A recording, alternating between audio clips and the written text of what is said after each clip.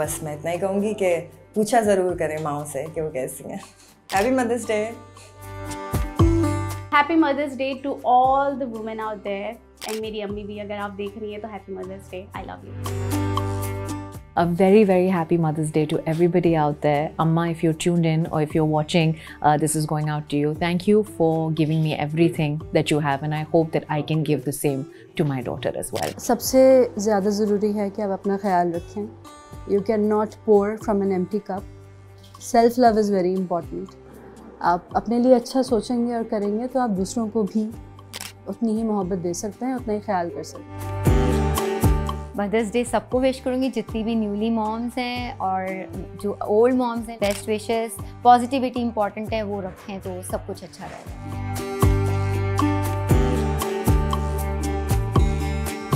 मैं आपको सबसे एक अपने दिल की बात बताऊं. अक्सर मुझसे ये लोग ये सवाल करते हैं कि कितना मुश्किल था. मुझे नहीं लगता इतना मुश्किल था. मुझे लगता है हाउसवाइफ ज़्यादा मेहनत करती हैं, शायद वो ज़्यादा करती हैं, काम ज़्यादा करती हैं.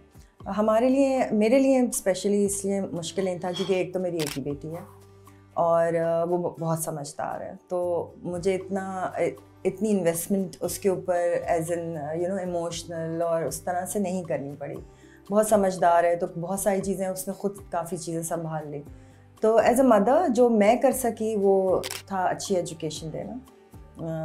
घर की तरबियत अच्छी होनी चाहिए, घर साफ़ होना चाहिए और फैमिली ओरिएंटेशन होनी चाहिए बच्चे में. तो उसकी मैंने पूरी कोशिश की कि मैं अपने बच्चे को फैमिली ओरिएंटेशन कराऊं. यानी उसका ददियाल ननियाल सबसे मिलना चाहिए बच्चों को.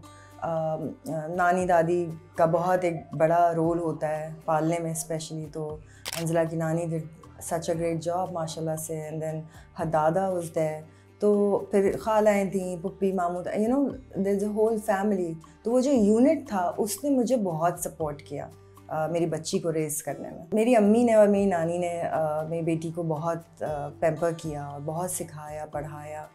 और हाँ, जो जहाँ तक बात है रिलेशनशिप्स की, जिसमें मैं कामयाब नहीं हो पाई, उसके लिए मैंने अंजला को बहुत मेंटली प्रिपेयर किया, समझाया, बिठाया.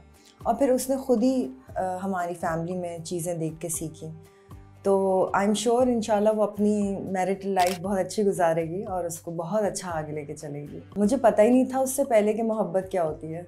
मुझे पता ही नहीं था कि कोई ह्यूमन किसी और ह्यूमन से इतनी मोहब्बत कर सकता है कि मतलब मुझे बस ये था कि इसको क्या चाहिए, बस मैं वो फ़ौरन कर दूँ. मतलब मेरा दिल गुर्दा सब उसका, तो और आज भी मैं अक्सर अपनी दोस्तों से कहती हूँ कि मैंने अगर कभी भी सच्ची मोहब्बत या इश्क किया या मुझे उसके बारे में पता है तो वो मुझे अपनी बेटी से पता है कि जो मुझे उससे उनसियत है, जो उससे मुझे मोहब्बत है ना, बस शायद वही अल्टीमेट लव है, अल्टीमेट इश्क है.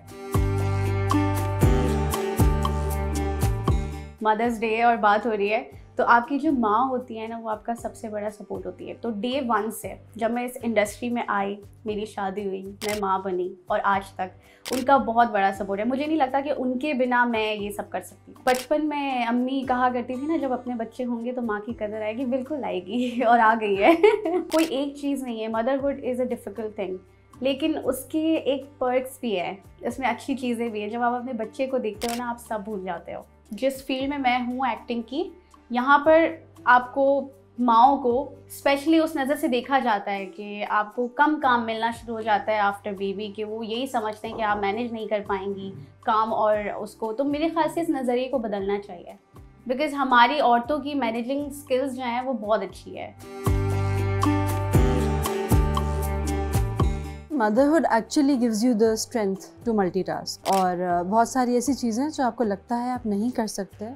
It does get difficult at first, but बड़े अच्छे से मैनेज हो जाती हैं. हर चीज़ खुद करना भी आई थिंक वो एक इतनी सुपर पावर वाली बात है नहीं. You need people around you आपकी मदद करने के लिए. एंड आई थिंक आपके आसपास जो लोग हैं उनकी हेल्प की आपको बहुत ज़रूरत पड़ती है.